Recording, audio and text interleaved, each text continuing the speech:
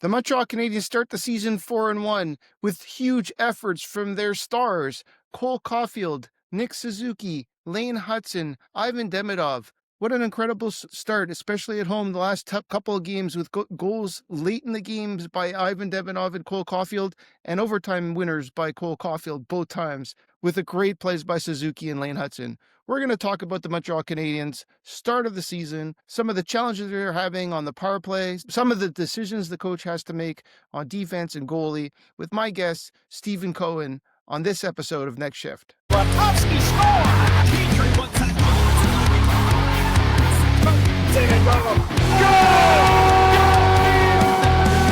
With another save. Lane Hutson scores! Goes after it now. He's in. He scores! All right!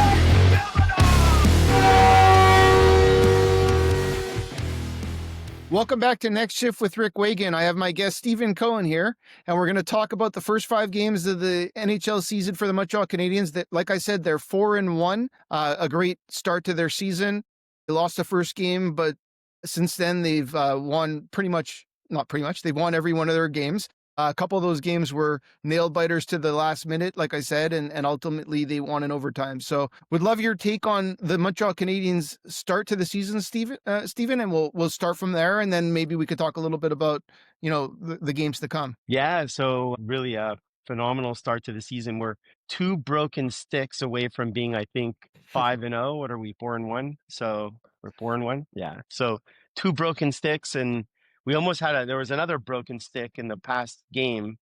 The same player broke his stick again, Matheson, and it was almost like another loss. Sorry. He's got a bum back batch of sticks or something. So. Yeah, I think we're going to have to start talking about, have a show about the equipment manager and what's going on with the sticks. But no, in all honesty, maybe they threw therapist. Maybe they threw the old therapist and made him the equipment manager or something like that. Right, something's going on with those sticks. Anyhow, no, listen, I gotta say, the guy behind me, Cole Caufield, what a start! What moxie!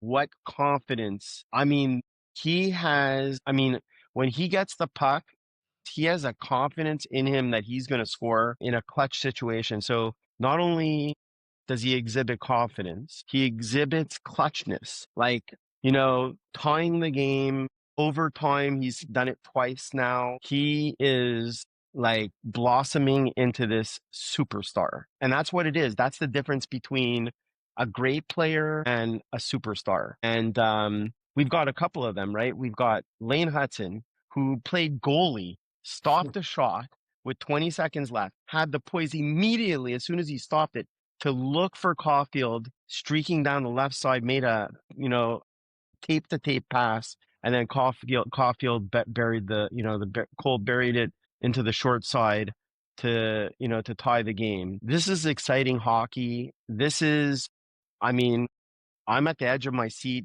It's as if every game is like a playoff game. And I think the Canadiens are going to start to get the best from every team every night, which is very good because it prepares them for the playoffs. I have really only good things to say. I have a couple of, things I want to discuss about the defense. I know we've talked about it off air, but listen, this team is solid. There's not one player on this team, including Patrick Laine, and I want to talk about him as well, because I think we have a difference of opinion about him.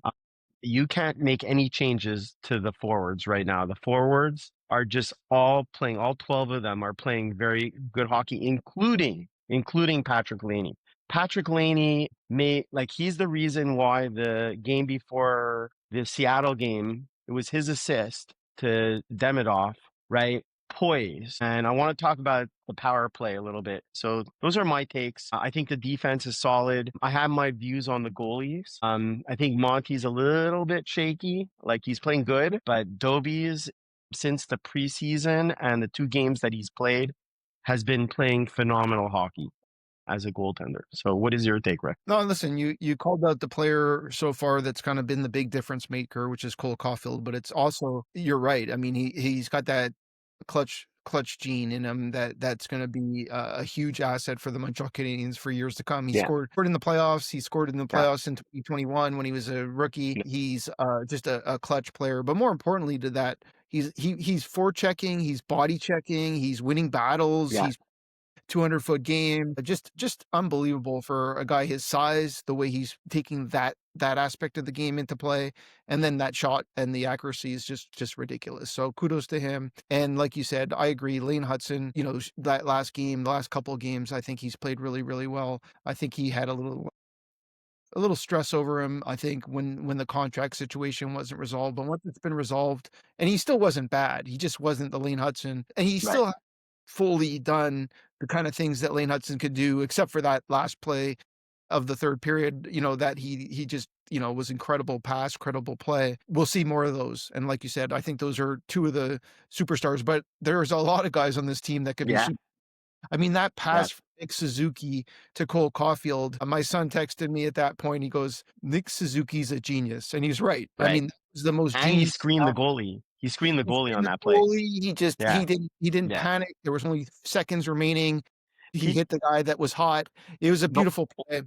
The reason that goal went in, I mean, listen, 100% Cole Caufield picked the corner. It was all Suzuki screening the goalie. Like he literally no-looked the pass back to Caufield, screened the goalie like cleanly without touching him. So the goalie couldn't see anything, and then Caufield buried it like with 2 seconds left. I mean, it was genius. Absolutely genius. Yeah. I mean, you mentioned Patrick Laine. I can say this about him. I mean, the issue with Patrick Laine is for me, he's a power play specialist. Number one. Even then, even the goal that you're talking about it wasn't actually officially a power play goal because the power play, the penalty just ended, but it was in the power play lineup and position that he did it. I think the Montreal Canadiens need to make some changes to power play 1. I think that's I think that's the most obvious thing. We can talk about that a little bit, but otherwise, the Montreal Canadiens have Demidov, who he's 19 years old. He's showing signs of brilliance, but it's early on. He's getting the rookie treatment of, not being on power play 1, not playing with the best. Although Kapanen and Newhook are good players, not playing with the top line, let's say, or not getting chances with the elite players on the team as much. And so we'll see him improve, whether it's 10 games, 20 games, 50 games from now. He'll get those opportunities and he'll be great. Yeah, so listen, from a goaltending perspective, you mentioned it. It's kind of obvious that Montembeault, although he hasn't been terrible, he also hasn't, won games for us or made all of the incredible saves that he could have. I mean, remember, he's been in the net for 3 of those games, and there he's 2-1, and he's 2 broken sticks away from being 3-0, like you mentioned. So it's not he's doing his job, but he's just not playing excellent. But we do know that he has that in him, right? He has the ability to play some good goaltending, and he does. I wouldn't use the word shaky because it wasn't shakiness. I think there's a couple of goals that could have been saved, but it's not like he looks nervous or he looks like he's making terrible plays in the net. Yeah. So here's my take on Monty. So he needs to go back to basics with 2 things. 1, focus. Like it's the same thing. The shots that are coming from the point. He's not focusing on the puck. And when it comes through the legs, he's not seeing it or it's hitting a leg. Goalies need to position themselves to save the puck, even if it hits somebody's leg. So 95% of the time it's going to hit them, right? And then the left side, when he's trying to cover the angle, it's brutal. Like he's half the time he's not covering the angles properly to challenge the shooter. The reason that there was a goal, I think it was the tying goal or the go-ahead goal against was it Seattle? He played against Seattle, right? That went in. That was just not a good goal. I think it was the tying goal. No, I think it's the Chicago goal by Renzel. I think that you're talking about. Oh, okay, it was the Chicago game. But it frustrates me that that's like goaltending 101. Not that I'm a goaltender or play goaltender, but I mean, if you look at every good goaltender, the number one thing they do is they work on their angles. Carey Price was excellent. Like at just cutting down the angles, right? When a shot is coming in from the short side, those goals should not go in. And for some reason, it's just like he does it, but he loses focus on basics of goaltending. And that's what frustrates me about Monty. And I don't think he can ever be a good goaltender until he gets those, like when the nerves are up and it's like the game is on the line, you can't let those goals in, especially a weak goal. I understand somebody comes on a breakaway and they beat you, but it's constant letting in those weak goals in tough moments or in clutch moments. So that's my frustration with Monty. Yeah. I mean, like you're noticing, I think if Dobish continues to play the way he has with it's not a, how do I put this, conventional style that he plays. He plays a very aggressive and works hard in the net. I'll leave it at that. Like he's moving a lot. But if he continues to have good games, last year he had a lot of good games and then he had a few not so good games, right? Right. And that's the challenge with him because of his style, I think. To your point, like Montembeault needs to be a little bit more sound, I guess, on his angles and long shots. He's that's his weakness. We know Montembeault shots from the point that are screened or slightly deflected. I mean, not that he should be saving those, but I would say 80% of his goals against are shots from the point that are deflected Right. or Yeah. screened. He just doesn't have a great ability. I've noticed the difference with Dobish. He does do a better job at those. Again, Right. pucks go in, and it's not really the goalie's fault if it's a great deflection, and there were a couple of those. But at the same time, he needs to get better at seeing the puck. I agree. But Dobish, I like his competitiveness. I'm not a huge fan of the style, but he's really, really, when he's good, he's really, really good. And he's not hurting the team. And if he has these good games, hopefully that'll just continue on. And I do believe, obviously, he's already played one game that wasn't a back-to-back. I do believe he's going to get a lot more starts. I'm not in the camp of he's going to play more games than Montembeault kind of thing. Like, I don't think he's going to be the first goalie, but I think that it's more highly likely that he'll play over 30 games this year. We'll see how he responds to the starts that he gets. It'll be tough for Marty St. Louis to not give him a few more starts and to make it more equal if he plays the way he's been playing. Yeah, So, and Monty doesn't play and Monty doesn't do some of the things we know he could do, which he's had some really, really good games, right? So like also like to your point, it's a, I wouldn't use the word concentration or not, but I think you can see it in his eyes when he's playing well. They do that close up in his eyes, and he's totally focused. Right. I think that's we need that Monty back to win those games. He's capable. Listen, he's capable. They chose him to be the Team Canada goalie for a reason. So he's got the talent. He's just got to focus. So let's switch gears, Rick, on and talk. I want to talk about the power play. Yep. So here's my take. I'm gonna give you. I've thought about this a long time, and the Canadiens, as great as the start as they're on, I think they can be better. Believe it or not, they're 4-1, and I don't think they're playing even close to 80% or 85%. I think there's another 15 to 20% that they can play better than how they're playing today. And the reason is, I think that the power play has. There was one game, it was Chicago or Detroit. It was Chicago that they had 11 power plays and they scored twice. Whatever they're doing or the personnel on the power plays got to change. So Patrick Laney is on the team to be on the power play. And the guy, you watch him, he doesn't panic. It's not just his shots. He passes the puck very, very calmly. He moves the puck around, and then he's able to deliver like one-timers that they just go. He's got a phenomenal shot. The reason he's on this team is because of the power play. You can surround him with Lane Hutson, Nick Suzuki, Cole Caufield, Demidov, right? I don't see any reason. I understand you have a lot of great players that you want to get involved, right? But Patrick Laney needs to be on that power play on the left side, because nobody puts the puck in the net as often, right, as him. And if those 11 chances that the Canadiens got turn into 4 or 5 goals, the Canadiens are 5-0, and the Canadiens are unbeatable because their 5-on-5 game with the talent that they have is now that much better. And I'll tell you one more comment before I pass it over to you and get your comments. Juraj Slafkovsky's got to go off the power play. I love him as a player. He's great on the first line, but his passing, right? He turns the puck over. He's not calm. This is not about scoring.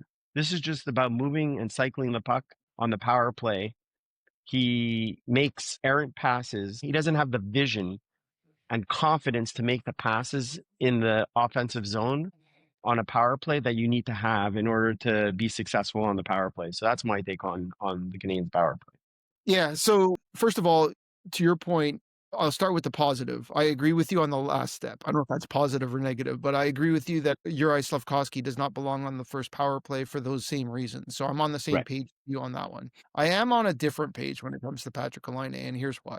Patrick Laine, two things. Number one, probably by the second half of the season or the final third part of the season last year, teams were keying in on Patrick Laine and taking him out of the play on the power play, and the power play was hurt by that. They weren't as solid on the power play in the last 25 games of the year because teams would just take off Patrick Laine.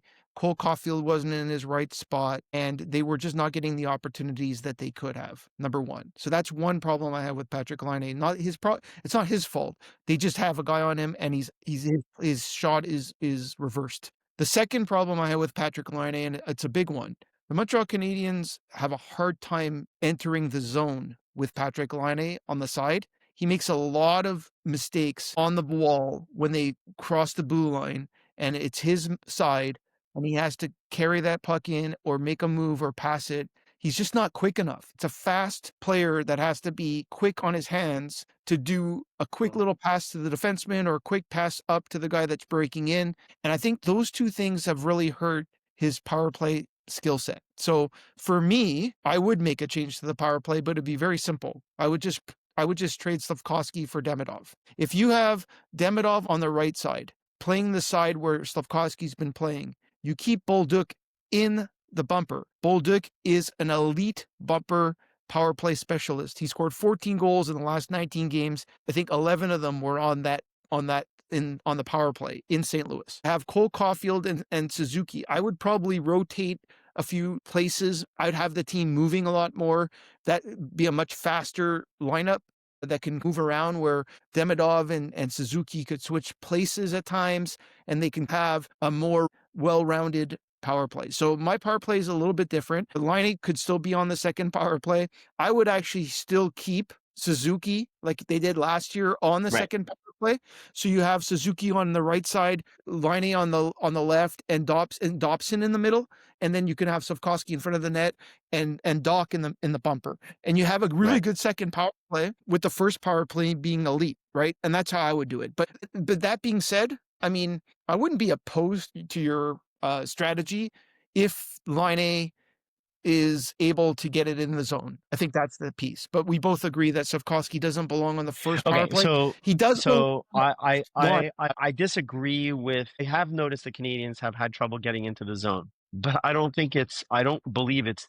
First of all, Laine hasn't even been on the power play on the first unit. He's been more on the second unit, and the struggles have been on the first unit. So to say that he's struggled, right, getting into the zone, the limited chances that he's had on the power play, they've been actually successful to score. On the little time that he's had, they've been more successful. So I know. It's only been one or two, right? Right.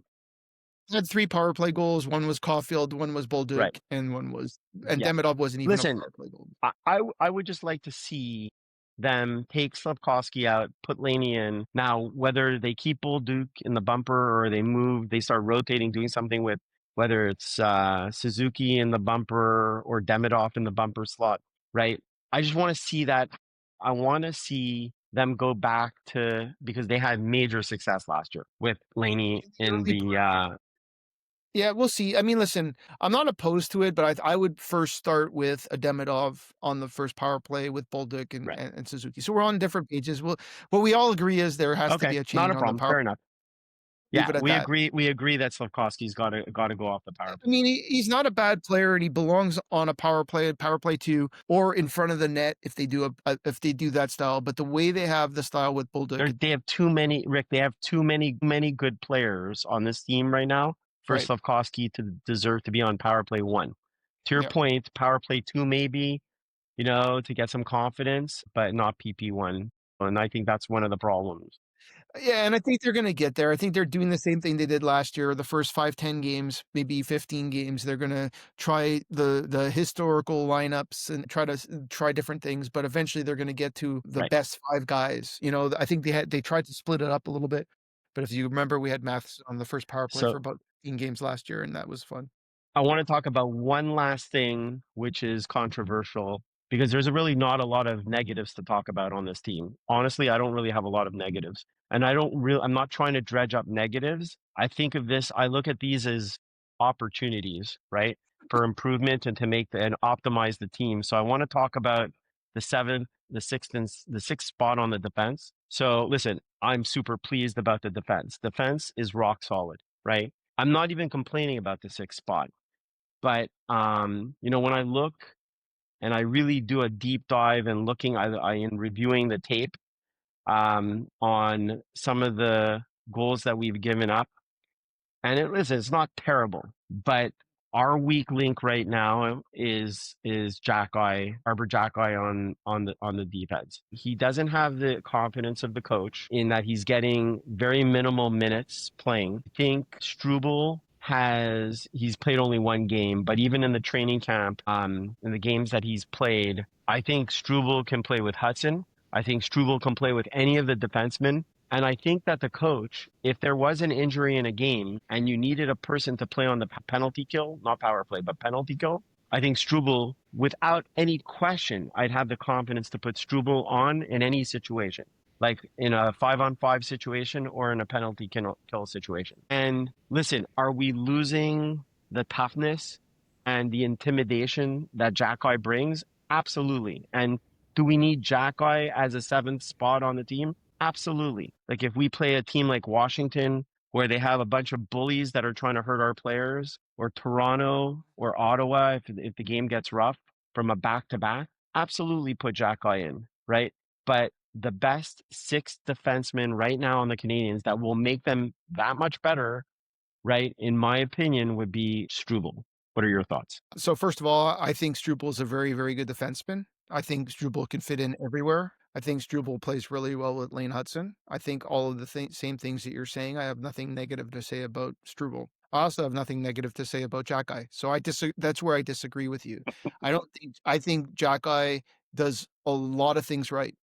He's a very solid defenseman. He adds that intimidation factor in the corners. I played a little hockey in my day. If I had to go against one of those two defensemen, I'd prefer to go against Struble. Let's put it that way.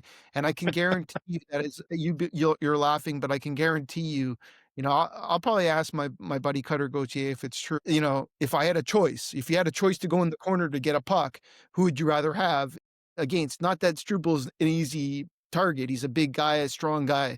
But I think if I had a choice, I would rather go out against Struble than Xhekaj. And that for a course of a game affects teams. The other aspect is that fighting and intimidation factor. Right. So from my perspective, right, the Canadiens are a better team when Xhekaj is in the lineup. It's the same reason we were cheering or screaming for Xhekaj in the playoffs after game 1 and all that everything that happened. And there's a reason for that. It's not just because it's in the playoffs. There are situations during the game, every game. It could be anyone. It happened in Chicago, and it was 10 penalties, not 11, but it doesn't matter.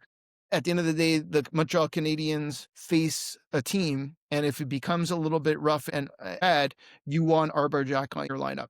And so that perspective, right? If Arbor Xhekaj was a liability, a true liability, I would agree with you. But I disagree with you on that. I think he's looked a lot better. He's skating better. He's making good head-man passes. He was a key cog in the first Newhook goal. He made a nice pass out of the zone. The last game or 2 games ago with the pass from Demidov. And so from my perspective, if I was the coach, I would be dressing Xhekaj ahead of Struble. Now, that being said, I don't think we're going to have a problem for a few games. Unfortunately, Kaiden Guhle looked like he re-aggravated his groin. Oh, really? Yeah. Looks like Kaiden Guhle will most likely miss a couple of games. So he's a day. He missed the last 5 or 10 minutes of the third period last game and came off. And so the news, if it's accurate, is that it's his groin again. So again, it's not a terrible injury or anything like that. He didn't tear anything, we don't believe. But if he misses a couple of games, then this whole conversation is moot for a couple of days. Right. But again, from my perspective, the team is not hurt by having Xhekaj on the ice. And from that perspective, if he's not hurting them and he hasn't been getting a lot of penalties, He has 2 penalties all season. That's good for the Montreal Canadiens, in my opinion. So All right, I so don't think let's. it's a big enough story to make a big difference. I do agree that playing Struble last game, because Struble's a good player and he shouldn't be in the Right. stands like a Pizzetta. He's not that guy. He's not going to be sitting in the stands all season. It Right. doesn't make sense. So Right. he's not that worse or that much worse or that much better than Xhekaj to play 10 games in a row. Neither of them are, right? They should be rotating until somebody has an injury like we have, right? Like that's when you're lucky to have them both and both can Agreed. jump, right? So Yeah. So listen, I'm in agreement. I do see a few defensive deficiencies, even with the little time that he's played Xhekaj, but I'm willing to give him the benefit of the doubt and see how he plays over the next couple of games. If Guhle is out, then obviously both are going to play. And it'll be interesting to see who gets more minutes between Xhekaj and Struble. well, I think if Xhekaj and no, I think it's going to be obvious, because I think if Struble fills in for Guhle, he's going to play on the same line with Hutson, and yeah. he's probably going to take up a lot of the Guhle time. He's a different style defenseman, and I appreciate that. But the Canadiens have a lot of good defensemen, so that they are able to hide a Xhekaj in some way, right? Because he's not playing power play, he doesn't have to play that much penalty kill, and his strength is there are factors that he brings to the game, and I think he has a higher ceiling. I truly believe that Xhekaj, the good Xhekaj, the one day Xhekaj potential is higher than the one day. So that's my belief. Obviously, we're going to get to see it in the next couple of games. What I don't want to see is dumb penalties in the third period where their team is down by 1, up by 1, or tied, and you take a penalty that, crushes you in a game situation. So if the minute that happens, you cannot have him in the lineup. He's just not, can't have that person in the lineup.